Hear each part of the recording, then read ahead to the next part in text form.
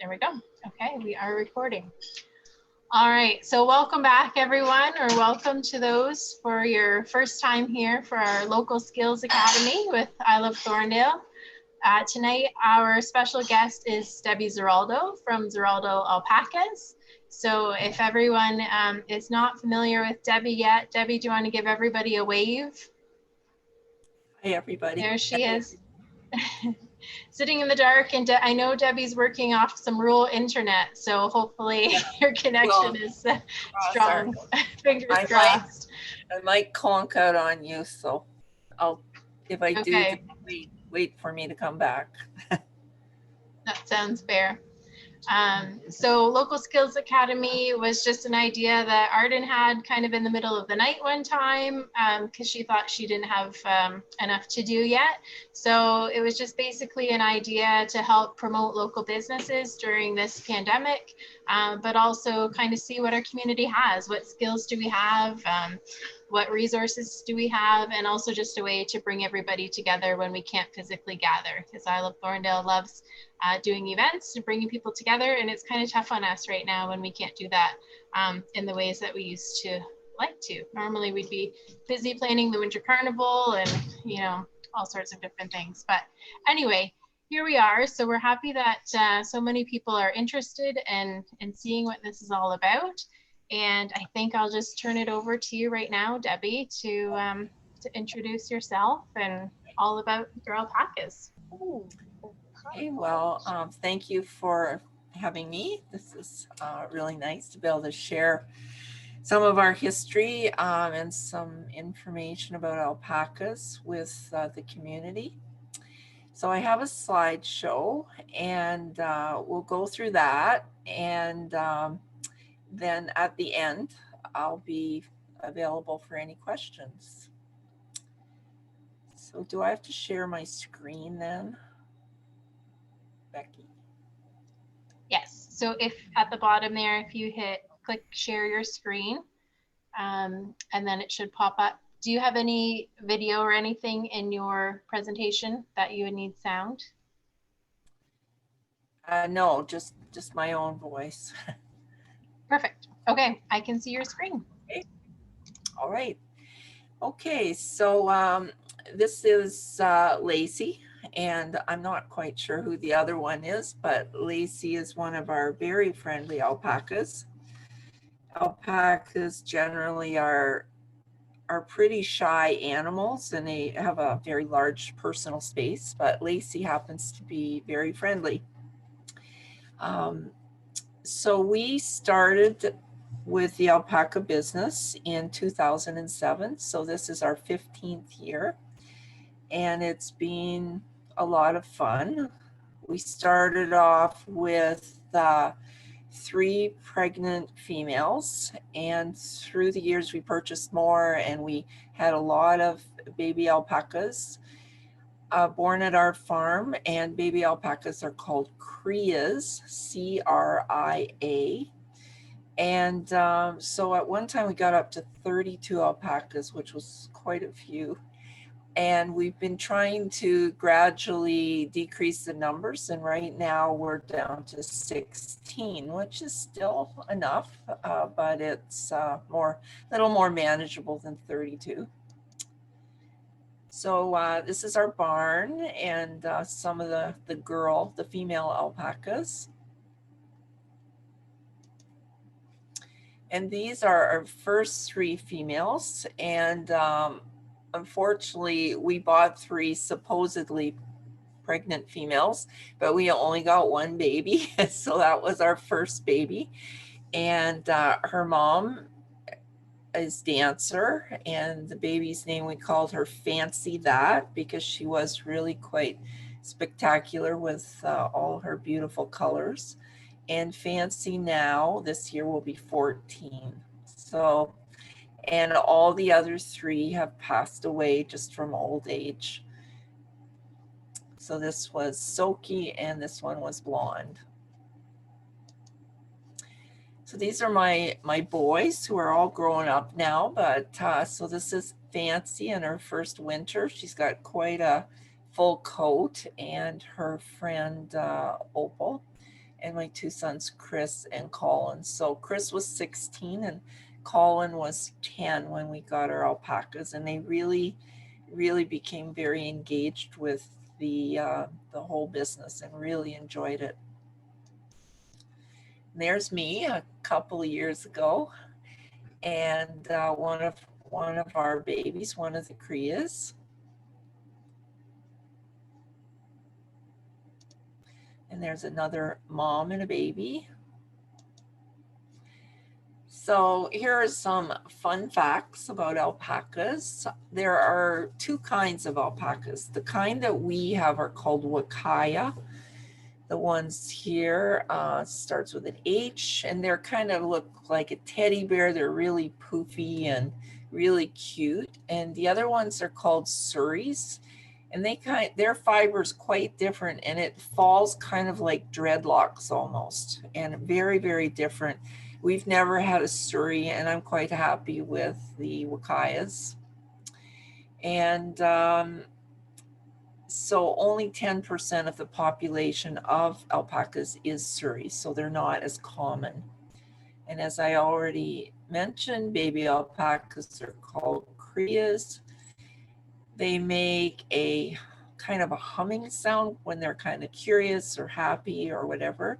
They do have an alarm call that if they see something that they might be concerned about, like a predator, like a raccoon, a deer, a coyote, or the neighbor's cat, they make this alarm call, which is kind of like a squeaky toy. It goes kind of like that.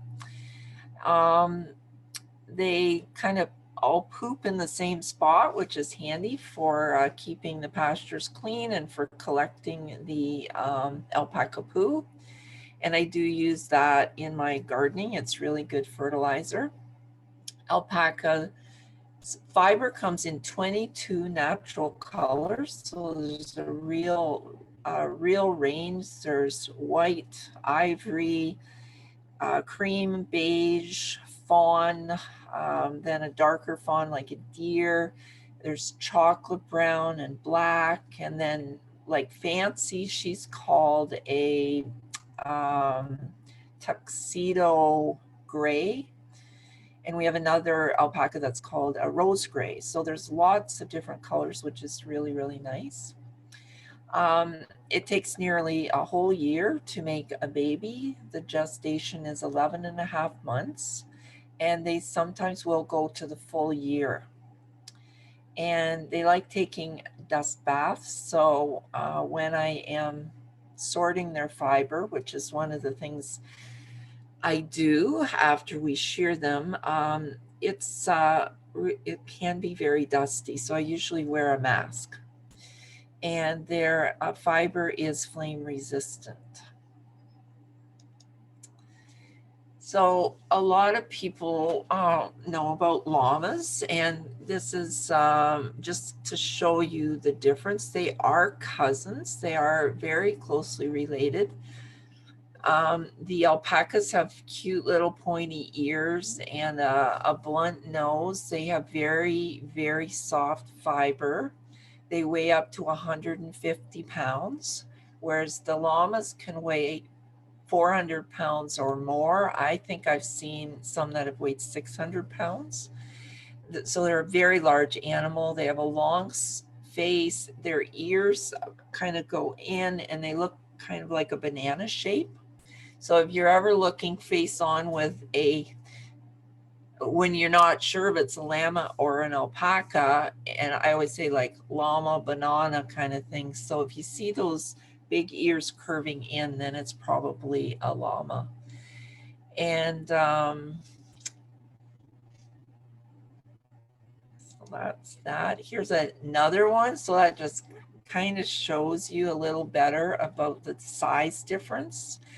And llamas can be used as guardian animals for other animals, such as they can be used to protect alpacas. They can be used to protect sheep as well, sometimes cattle. because they get very bonded to their herd and they're very tough. They can actually kill a coyote by hitting them with their hooves, and also I think they use their spit to kind of blind them, like spit in their eyes. So you don't mess with llamas. They're pretty tough dudes. And alpacas are in the camelid family. So here we are down here. There's the alpaca. They come from South America, and the llama comes from South America. And there's also two other varieties. Kind of the wild ancestor of the llama is called the guanaco, and the wild ancestor of the alpaca is called the vicuna. So they all live in South America. Originally, like even millions of years ago, it's felt that the camelid family started in North America. And at that time, you couldn't walk between North and South America. So there weren't any in South America at that time. So then gradually over millions of years, what happened, and through ice ages and things, the llamas and alpacas moved south, and the Bering land bridge allowed some to go across, and they kind of evolved into the camels. So there's two kinds of camels, the Bactrian, which is the two hump, and then the dromedary, which is the one hump, and you can see where they live. Now, Australia has a large population of dromedary camels, but they're not native there. They were brought there in the mid-1800s to be used in the desert areas of Australia. And then when they were done with them, they just let them go. So they have done very well breeding and multiplying in Australia. So here's a couple of our babies. These guys are probably like only like less than a week old. So this is Cheyenne. We still have him and his buddy Elvin. And here's a mom and her baby, quite a new young little baby.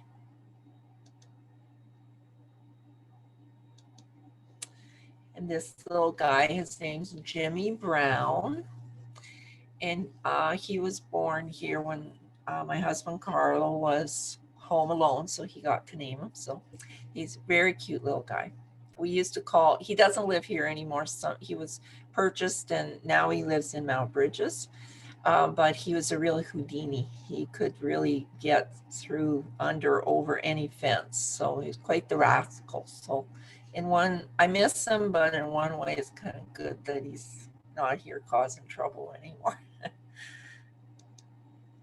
And this is our youngest alpaca. She was born 3 years ago this spring, and her name is Elsa. And she had a rough start to her life. She just about died. And when we found her, she was very hypothermic. So she had a very, very low temperature. So it was a very hot day. So it's kind of hard to imagine that. But we took all day. It took about 24 hours of warming her up and trying to get colostrum into her and that. But she did rally around, and she's still kind of small. She's smaller than the rest of them, but she's pretty feisty and she's doing really well. And this is Sophie, one of our barn cats. And this, some of these pictures are actually from years ago, but they're kind of some of our better pictures. So this is Cheyenne and Panettone and Elvin. So they would have been just slightly under a year old. Their fiber would be about 4 to 5 inches long. When they're young like that, their fiber really grows really long. And as they age, their fiber, which is their coat, it doesn't grow as long. So an alpaca who's maybe 10 years old, they might only get 2 to 3 inches of fiber per year, whereas the young ones get a lot more. And there's Panatoni. He's so cute. So he's actually Elsa's dad. Her mom was white and he was brown, and she turned out to be a light beige color.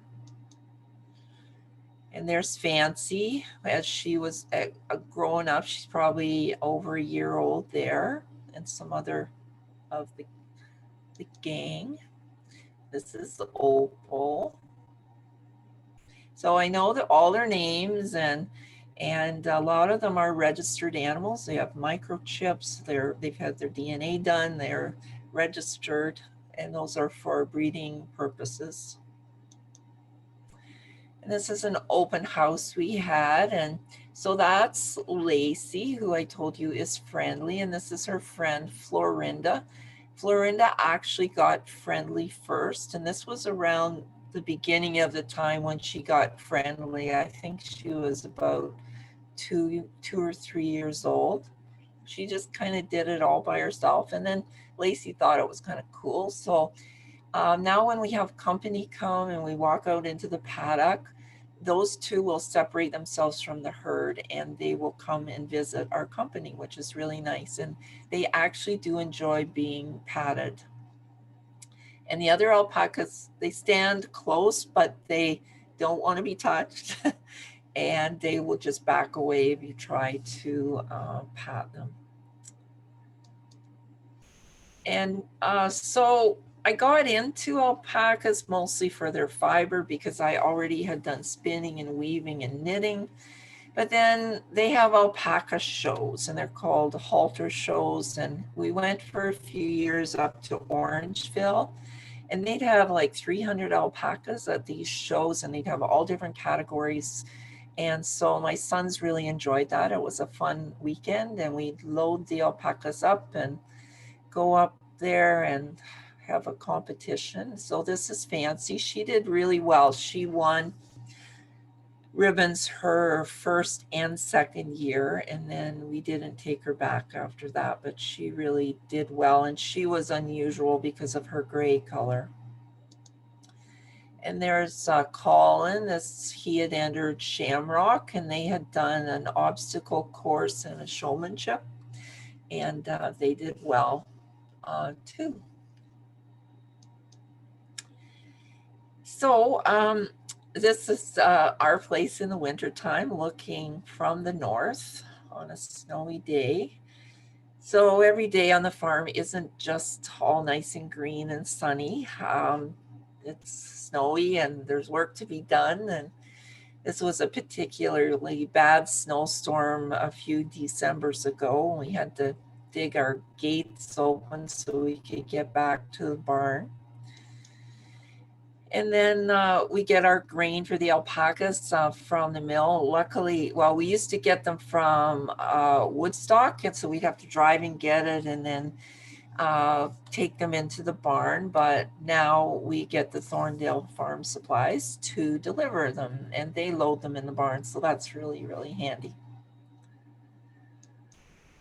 And our hay as well. Sometimes we have to get an extra load of hay in. So they eat grass in the summer. So if we have enough grass, they have grass and water, and we just rotate them between the different paddocks. And in the winter, they eat hay, and they have a nice grain mixture. It has some molasses in it. It's kind of like a sweet feed. And they really, really like their grain. And these are the boys. So they are in a pen now on the north side of the barn. We keep them kind of out of sight, out of mind from the girls. It just keeps things calm at our place. And there's, this is actually our last dog that we had. Her name is Luna. She's passed away now. She's was a Maremma, which is the livestock guardian dog.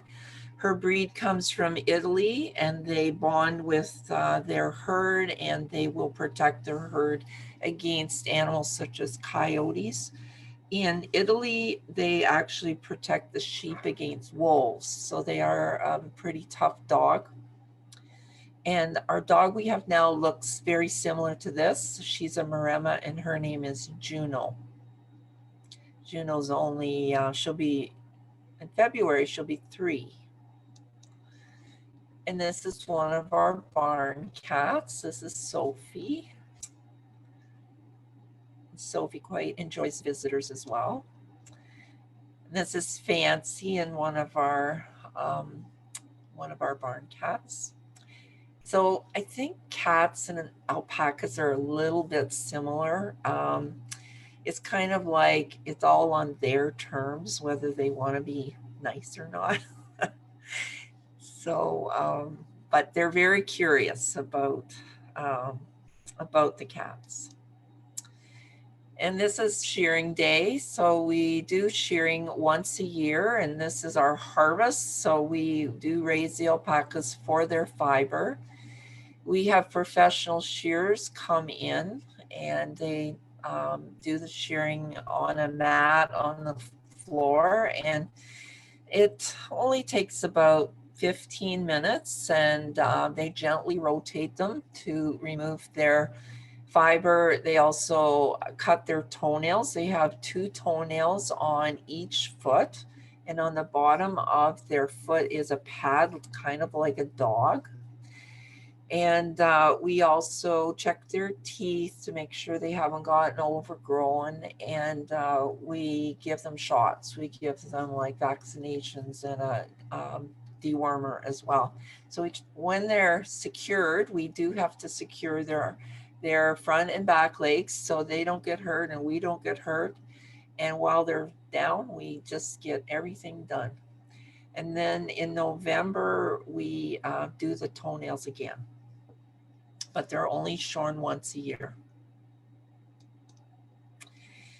And after they're shorn, I spend many hours sorting through their fiber, and I have to remove vegetation such as hay and straw and weeds. I remove hairy sections because some of their fiber is really hairy and you can't do anything with that at the mill. You can't make that into yarn. So I have to just get the really best fiber sorted out. I send the fiber to New Brunswick. There's a mill there called the Legacy Lane Fiber Mill, and it's operated by 2 sisters. And I've been getting my yarn done there for probably about 9 years, and they do a really good job. I was actually on the phone with them today because I do have fiber there right now. So we were just discussing, I kind of submit my wish list about what I think each lot of fiber can be, what type of yarn it can be made into. And then we have a conversation about whether that's realistic. And usually at this stage of the game, after all these years, I'm kind of pretty bang on like what can be done with it, but they have some really good suggestions sometimes. I used to ship it by bus, but it got too expensive, and now I ship it by Canada Post. So I sent about 30 pounds away in November, and it cost me just over $60 to mail it. And then it's got to be mailed back again, the yarn. So this was my very first harvest, my first yarn from those 3 females that you saw in one of the early pictures. So Fancy's mom dancer there, and this was Blonde and there's Sophie. So I was very proud of that tiny little harvest, but it was really exciting for me. And then as years went by, I had more fiber and and I think better fiber too. So this is some yarn from later years. And we also send fiber to mills and we get other products made. So these are alpaca work socks. These are heavy duty socks. And we have insoles made as well. And they're both quite popular. I had a fellow, he is local. He's a UPS driver and he just bought 4 pair of insoles because he likes to change his boots throughout the day and he doesn't want to have to change his insoles, and he's used the insoles already. So he bought 4 pair of insoles to go in his 4 boots that he's going to be using. And we have handmade mittens. There's a lady in St. Mary's and she knits these mittens for me out of my yarn. These are called Newfie mittens because it is a Newfoundland pattern. And I also felt soap. So that is handmade soap, which has been felted with alpaca fiber. So it's kind of like a loofah and a soap all together. And I make dryer balls. Now these are made out of sheep's wool. It's Canadian sheep's wool. I buy it from Alberta. It's already dyed these colors. So I get the bags of wool and then make these dryer balls.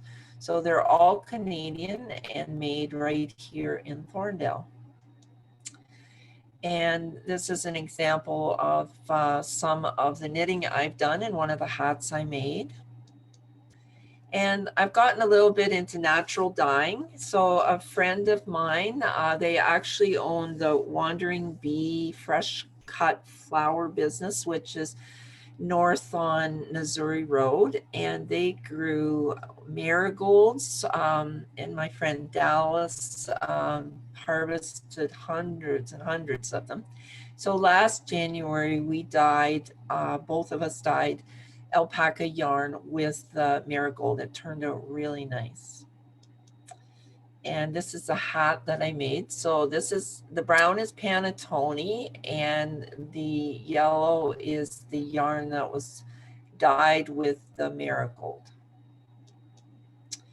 And then I grew indigo for the first time. Now I didn't know you could even grow indigo in our climate, but you can. It's Japanese indigo. This was part of my crop. It grew really, really well. And you extract the blue coloring from the leaves. And this is the flower of the indigo plant. And this is part of the process. Kind of you bring the leaves up to almost a boil, and then you let them steep like tea for about an hour and a half, and then you take the leaves out, and then it kind of goes on and on. It took 9 hours to do the first dyeing with the indigo, and we just dyed about 7 skeins of yarn. So it's quite labor intensive, but it's quite fun. So this was white yarn, and this is the beautiful blue color from the indigo that I grew in my own garden. So I was pretty thrilled with that. And there's the same yarn again that's being dried. So these 4 were or 5, I guess. They were the first dip, and then you can, once those are out, you can dip again because there's still color in the dye pot. So this paler color here was from the second dip. And then I dyed jewelweed, which is a native plant, and it grows in shaded, moist, kind of woodsy areas. And we just happen to have some growing on the north side of our garage, and it's been there for years and years. And anyhow, I used it, and it made, so I had to cut the leaves and stems and do all this cooking. You feel like you're like a witch with a witch's brew. So this was the jewelweed. This was the liquid I got off when I strained it. And that's the white yarn, which was dyed with the jewelweed. So it's a really nice mellow orangey color.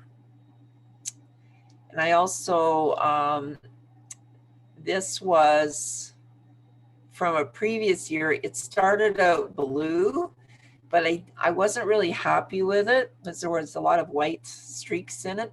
So I over dyed it with some marigold, and I got this really great green color with some yellow and some blue in it. So this was my dyeing. This was the indigo, the jewelweed, and I dyed with goldenrod, which I just love. It gives you such a beautiful color. So all of these plants were from my own property, and they're really good color fast dyes. Now I belong to a group called the Upper Canada Fibre Shed. And this is a group that tries to connect people in urban areas with producers of fiber. So the fiber shed goes out, I forget, it's a couple 100 miles kind of from the Toronto area. And so there's all kinds of producers like myself. I'm a producer of fiber. And then there are mills, and then there's people like weavers who do things with the yarn that's produced. So it's trying to bring awareness that we exist and that we welcome customers to come to our stores and our properties. And they did a project called Farm Raised Fashion, and I was involved in that. And I was teamed up with another member of the Upper Canada Fibre Shed who is a weaver named Ruth, and she lives in Burlington. And so I got the yarn to Ruth. So this is all my yarn, and Ruth wove 3 different scarves. And these were put up on Etsy, and they all sold, which was great. I do have one of these available still, and it was kind of cool. I don't know if any of you guys were aware of this, but these scarves were called the Thorndale alpaca scarves. So we kind of got a little bit famous there. So, and that wasn't my idea to name them that. It was the kind of the organizers who got this whole thing going. So some of the events that we normally have, which we have not had because of the pandemic, we usually have Christmas shopping days in December that people can come and purchase our products. And we also do farm tours, which we are not doing now. And here's one of the members of one of the farm tours. They both, that's a really great picture. I love it. They were both very curious, and that was Florinda. She's very sweet, nice animal. I also do workshops. So we do workshops making dryer balls and felting soap. And we have just do it in my kitchen, and we have about 7 people in the workshop, and they're really fun. They're a lot of fun, and people, you don't even have to be artistic or anything, but you you just have fun, and we use these needle felting needles to do the patterns, and I think that relieves a bit of frustration. People really like that. And I do have kits, which I was thinking it was something that might be of interest to people who are stuck at home with the pandemic. So I do sell kits where you can buy the wool, so, and then you can make your own dryer balls. So I have those available. And then these are kits for felting soap. So you get 2 bars of soap and the fiber to do it. And each of those kits comes with a link to a video tutorial. So it's me showing you how to do it. And from feedback that I've received, people find that they are pretty good videos, so they can figure out how to do the project. And these are the soap felting kits. So that gives you the idea. There's your soap, there's your fiber. There's orange clove soap, lavender, and lemongrass. You can choose from those. We also have bird nesting materials, so it won't be too long until you can be putting these out, maybe the end of March when the Orioles come back. And when you purchase the holder with fiber, you also get a refill bag, which has quite a lot of fiber in it. And this is alpaca fiber that I can't really use for yarn. It's maybe a little bit hairy, but the birds really like it for their nests.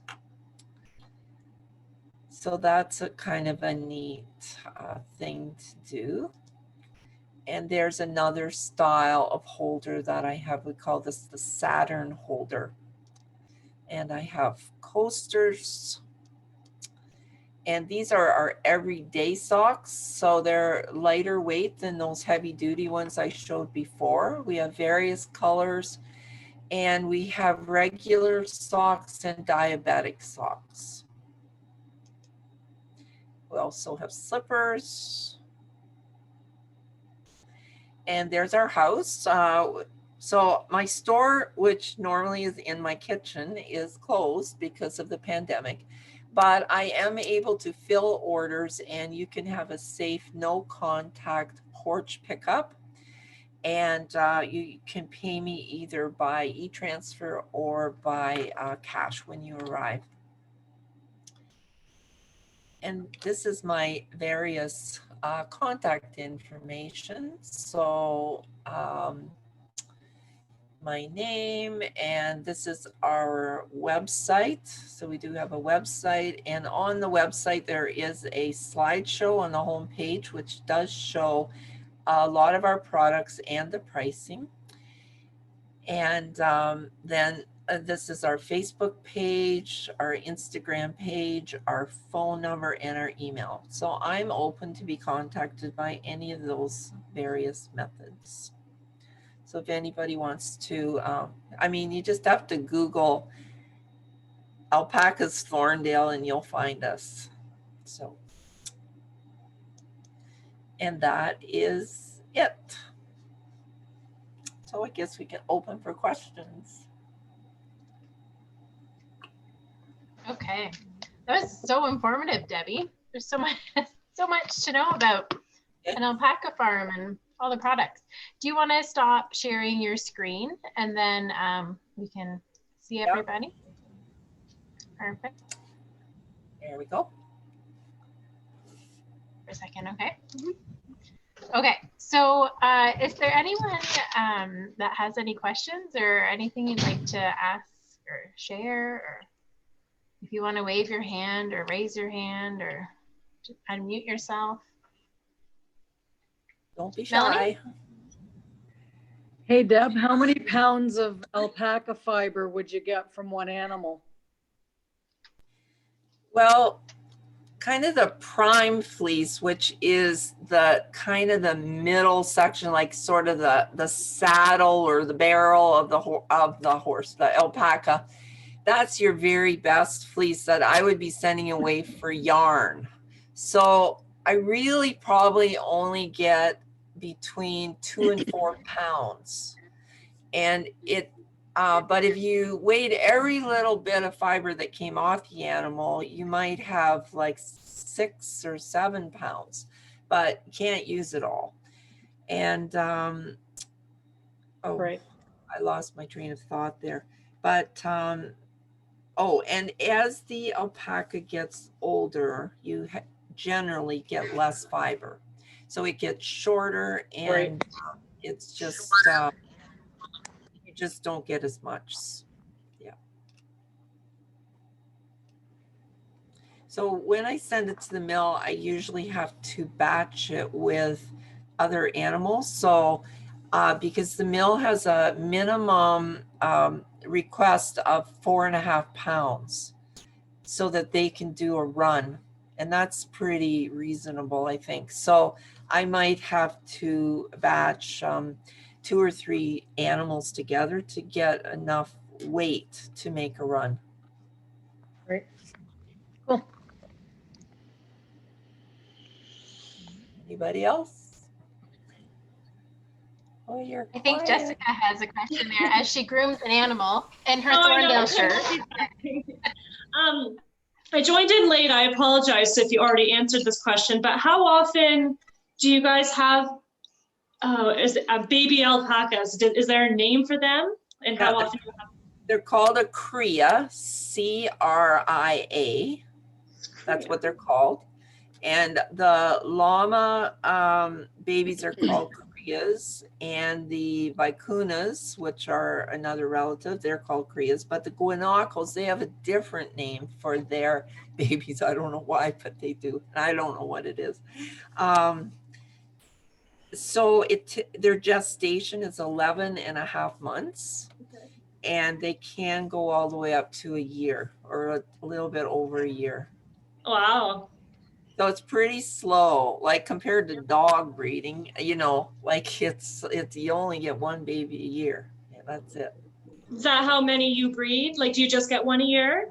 Or do you have a couple females? Well, we've stopped breeding because we're kind of trying to get our numbers down and make our workload a little bit easier. And we've been doing it for 15 years. So it's kind of time.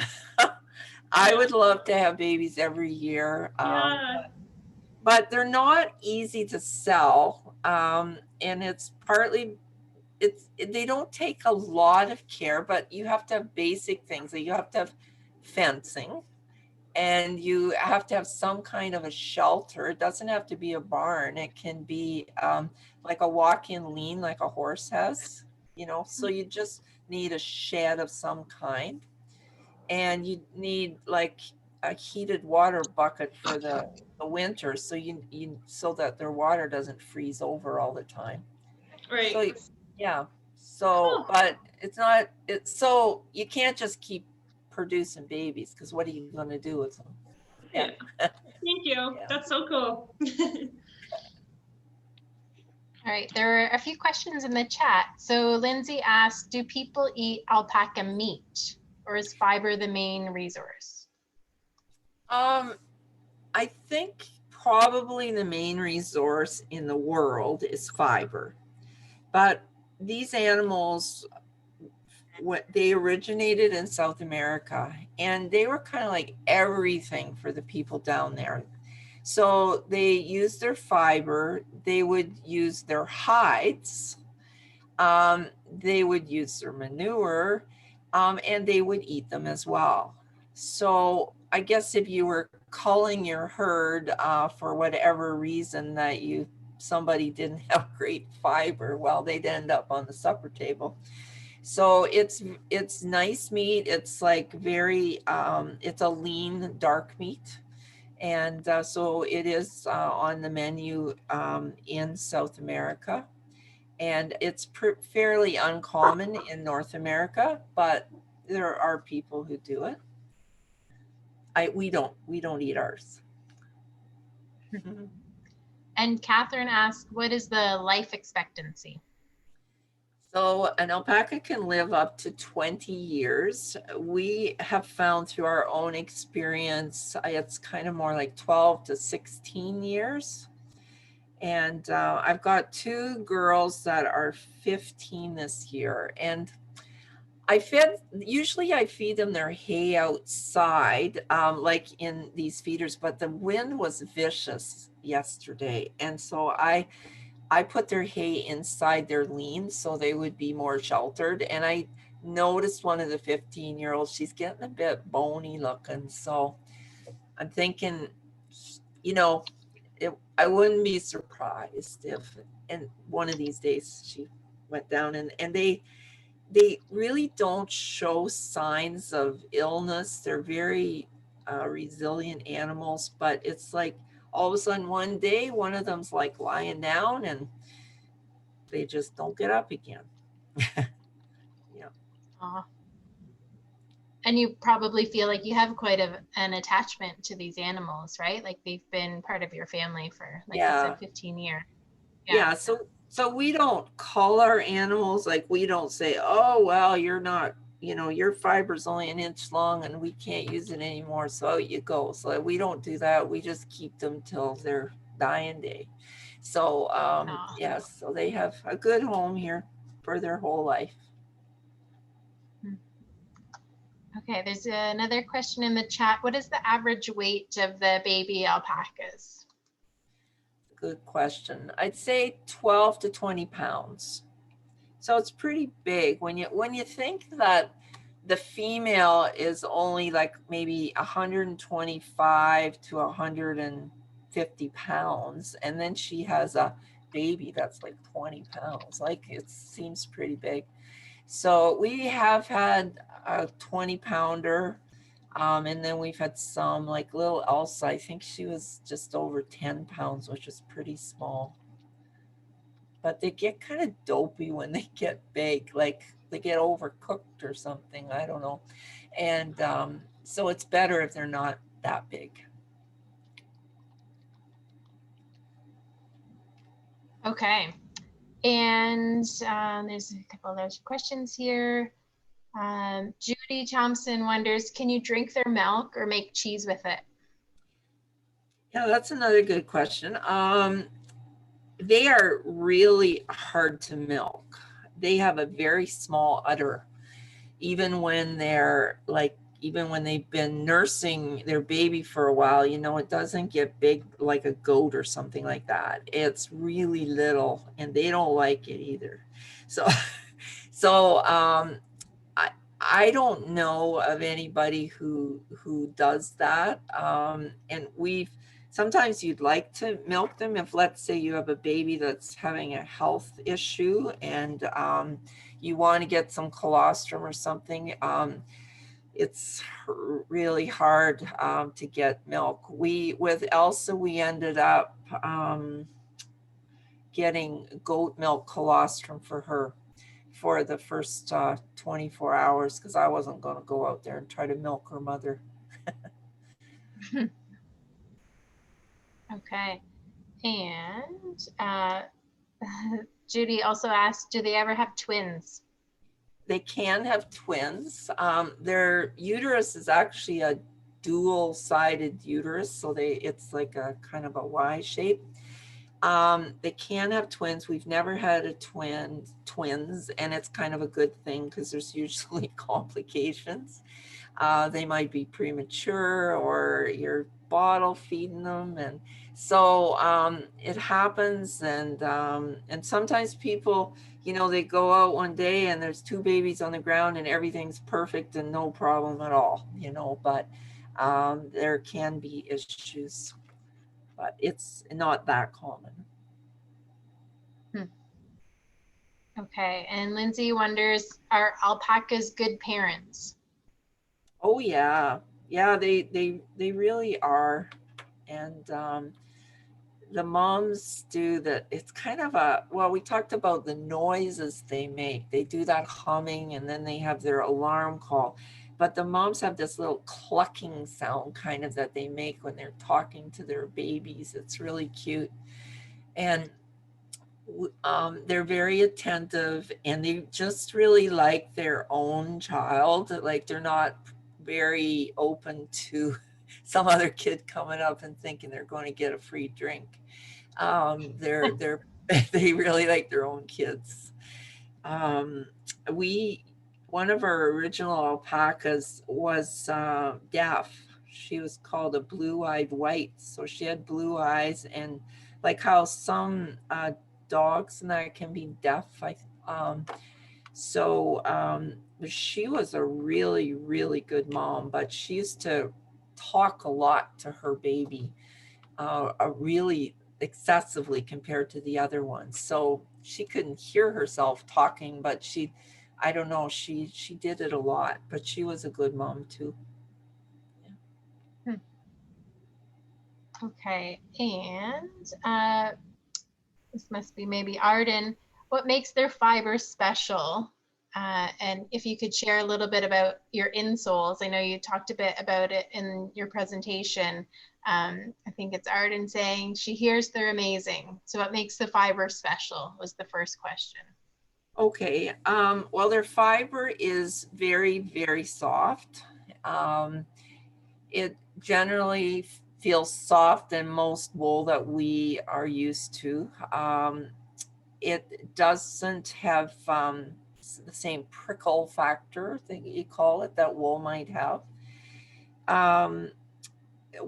Sheep's wool has lanolin in it, which is their natural oil, and some people are kind of allergic to that, and that they also can't tolerate wool because of this prickle factor.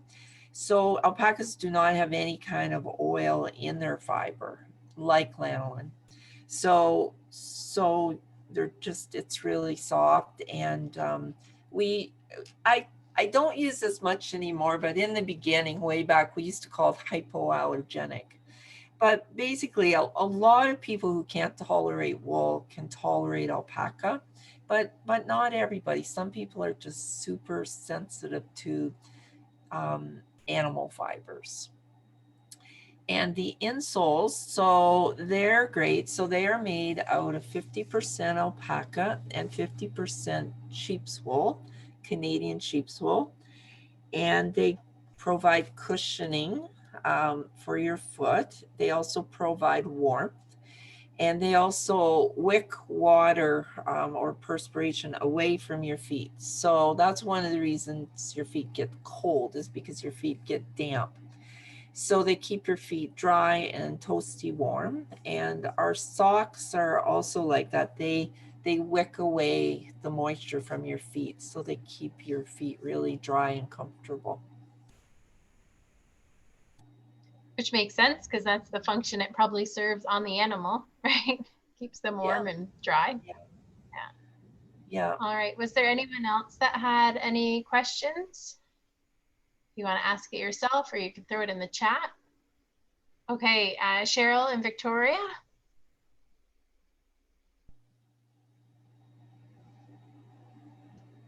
It doesn't say you're muted, but I can't hear you at all, Cheryl.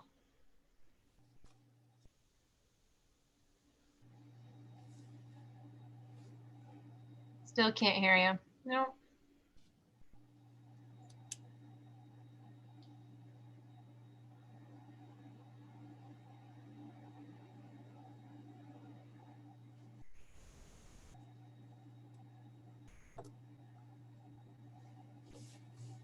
While Cheryl's working on her sound, I will say, so I think it was about 7 years ago, Debbie, that I was in your kitchen taking Learn to Knit lesson with Louise. And it's probably been 6 years since I've knit. But I was so impressed by how soft the fibers are. Like, you know, obviously I was brand new to the whole craft of fibers and knitting. And yeah, it was quite impressive how soft they were. Oh, Cheryl's popped it in the chat here. Do you still sell the needles for felting? Yes. So, excuse me, when you get your, I just need to take a drink just a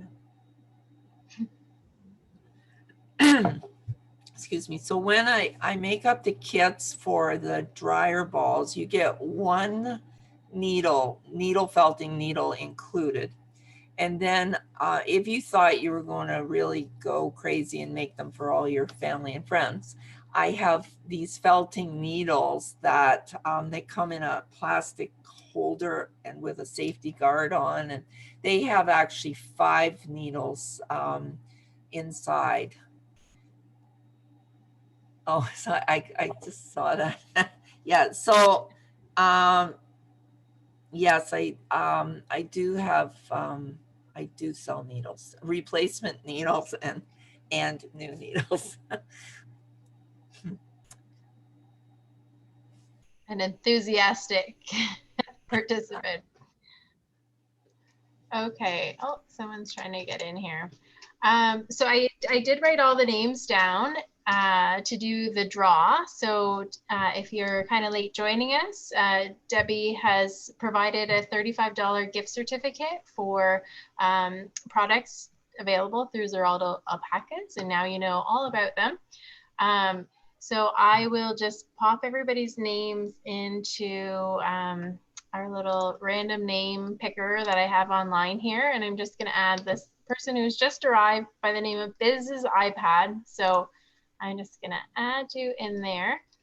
And if anybody else has any questions, next week we have Anderson Ales for our local skills academy.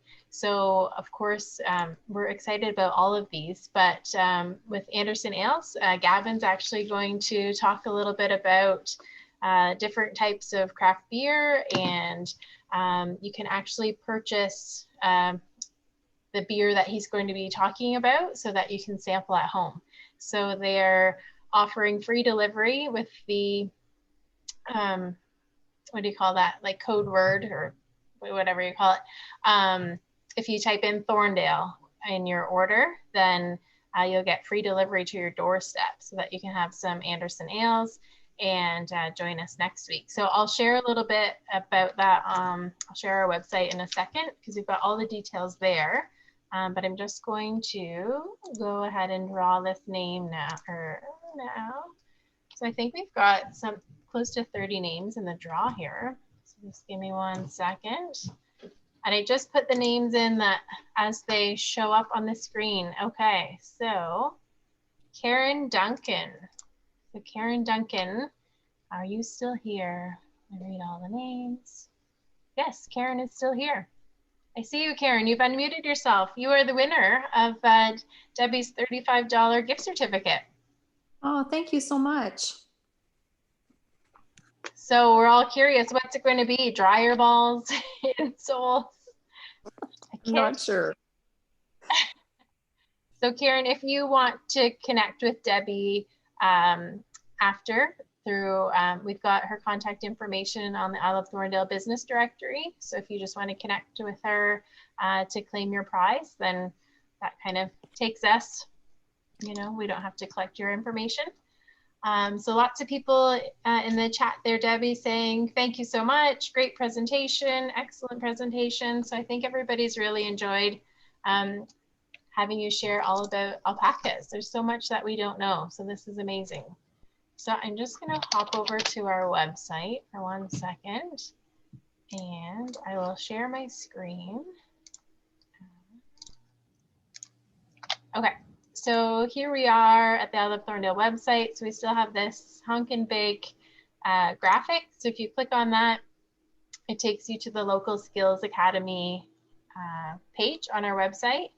So actually from last week when we had Jessica from Franklin's Paw Spa, I added the information that she shared about products because a lot of people asked about you know, recommendations for products to buy. So she shared that information. It's all linked there. And we've got Debbie's contact information here. And so next week we've got Gavin from Anderson Ales. I'm just going to shrink this up for me. So like I said, discussing craft beer and offering tips for appreciating different varieties.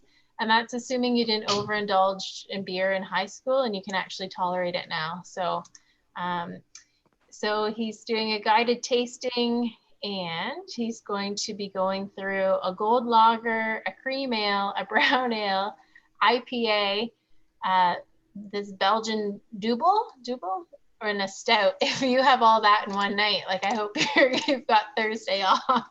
So anyway, so if you hop over here to the website, we've got the link here to go ahead and order from Anderson Craft Ales if you want. Obviously you don't have to.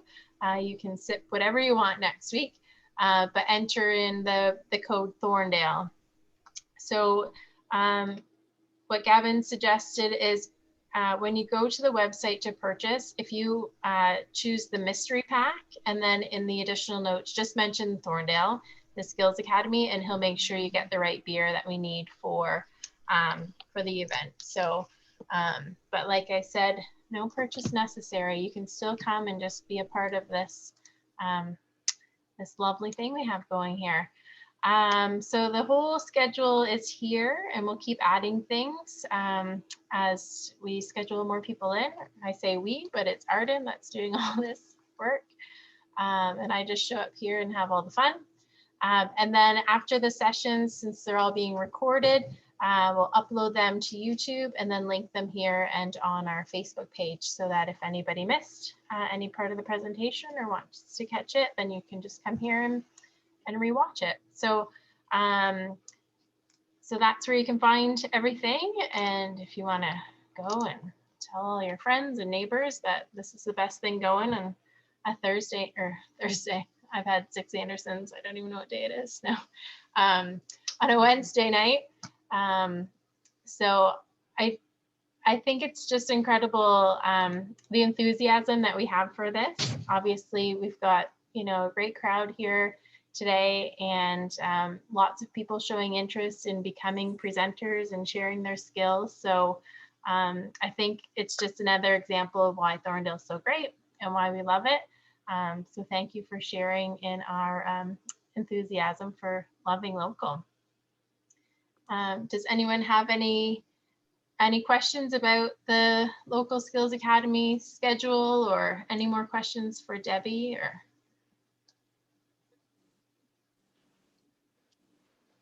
Oh, well done, Deb. That was fun. Yes, thank you, Debbie.